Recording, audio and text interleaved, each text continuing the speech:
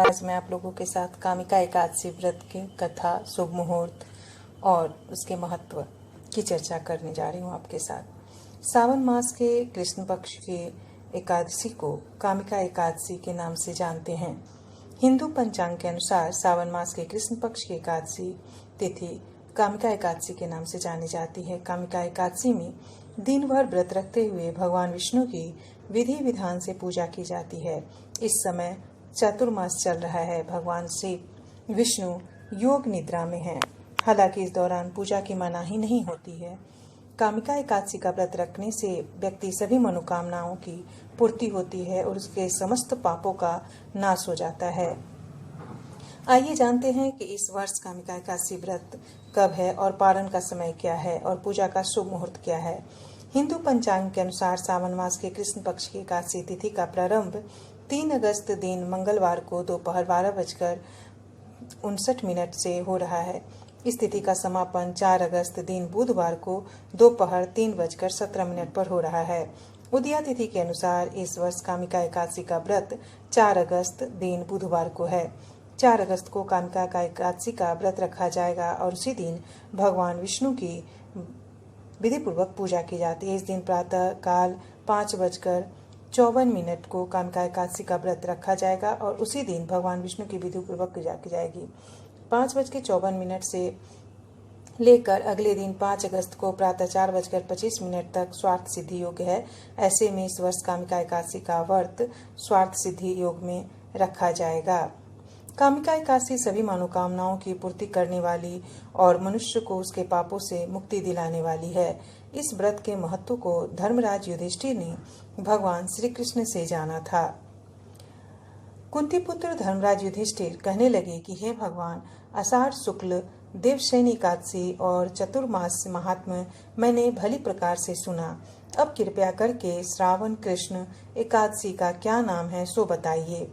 भगवान श्री कृष्ण कहने लगे कि हे युधिष्ठिर, इस एकादशी की कथा एक समय स्वयं ब्रह्मा जी ने देव ऋषि नारद से कही थी, वही मैं तुमसे कहता हूँ। नारद जी ने ब्रह्मा जी से पूछा था कि हे पितामह, श्रावण मास के कृष्ण पक्ष की एकादशी की कथा सुनने की मेरी इच्छा है। उसका क्या नाम है, क्या विधि है और उसका महात्म्य क्या है, सो कृपया करके कहिए।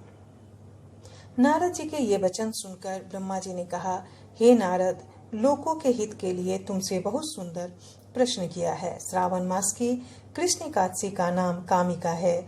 उसके सुनने मात्र से वाजपेयी यज्ञ का फल मिलता है।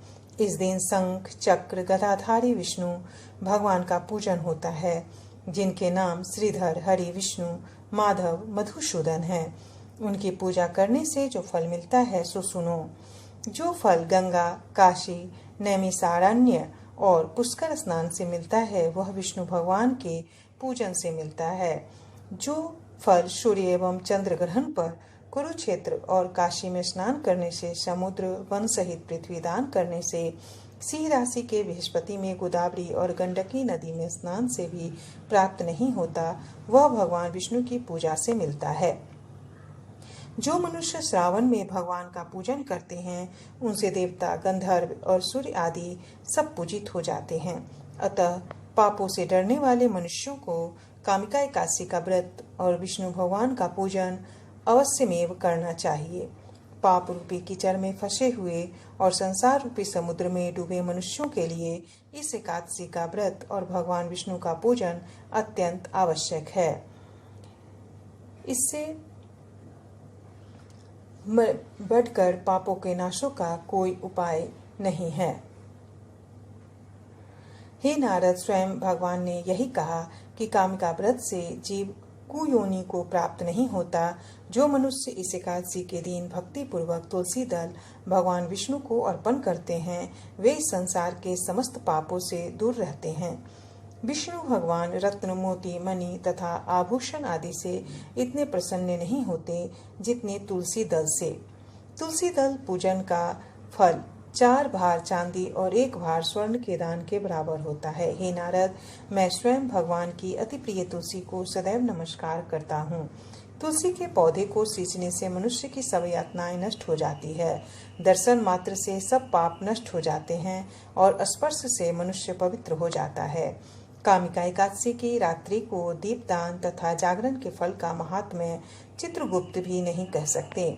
जो इस एकादशी की रात्रि को भगवान के मंदिर में दीपक जलाते हैं, उनके पितर स्वर्गलोक में अमृत पान करते हैं तथा जो घी या तेल का दीपक जलाते हैं, वे 100 करोड़ दीपकों से प्रकाशित होकर सूर्य लोक को जाते हैं। ब्रह्मा जी कहते हैं कि हे नारद, ब्रह्म हत्या तथा भ्रूण हत्या आदि पापों को नष्ट करने वाली इस कामिका एकादशी का व्रत मनुष्य को यत्न के साथ करना चाहिए। कामिका एकादशी का व्रत का महात्म्य श्रद्धा से सुनने और पढ़ने वाला मनुष्य सभी पापों से मुक्त होकर विष्णु लोक को जाता है। धन्यवाद दोस्तों। अगर वीडियो पसंद आए तो कृपया वीडियो को ज़्यादा से ज़्यादा लाइक करें, शेयर करें, चैनल को सब्सक्राइब करना बिल्कुल न भूलें। धन्यवाद।